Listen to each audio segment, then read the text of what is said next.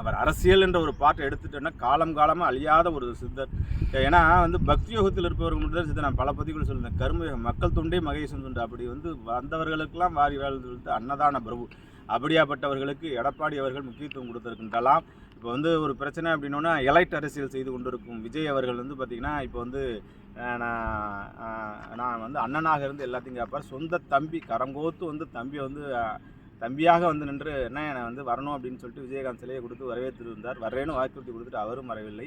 Police காரணங்கள் 1000 காரணங்கள் சொல்லலாம். இருந்தாலும் மைக்கானால் எடுத்துருக்கலாம். அடுத்த நாள் வந்தாலும் நான் அடுத்தடுத்த நாள் கூட வெயிட் பண்ணேன். ஏன்னா உடனே வீடியோ போட்டக்கூடாது அப்படிங்கிறதுனால தான் யார் யார் வராங்க அப்படிங்கிறது பார்த்தோம். இன்னும் சொல்லப்போனால் சினிமா உலகில் உருகி நண்பனாக கிடைச்சதும் இந்த தியாகு போன்ற ஒரு சிலர் மட்டும்தான் கதறி இருக்கின்றார்கள். இந்த காமெடி நடிகரில் கெங்காம் மற்றும் பல எப்பொழுதுமே உயிரை கொடுத்துட்டு அந்த நடிகர் மட்டும்தான் வந்தார்கள் ஒழிஞ்சு அவரால் பயன்பட்டு நண்பர்கள் என்று பேத்தி கொண்டது எவ்வளோ நடிகர்கள் வந்திருக்கலாம். அவங்க மரண தருவாயில் வரவில்லை.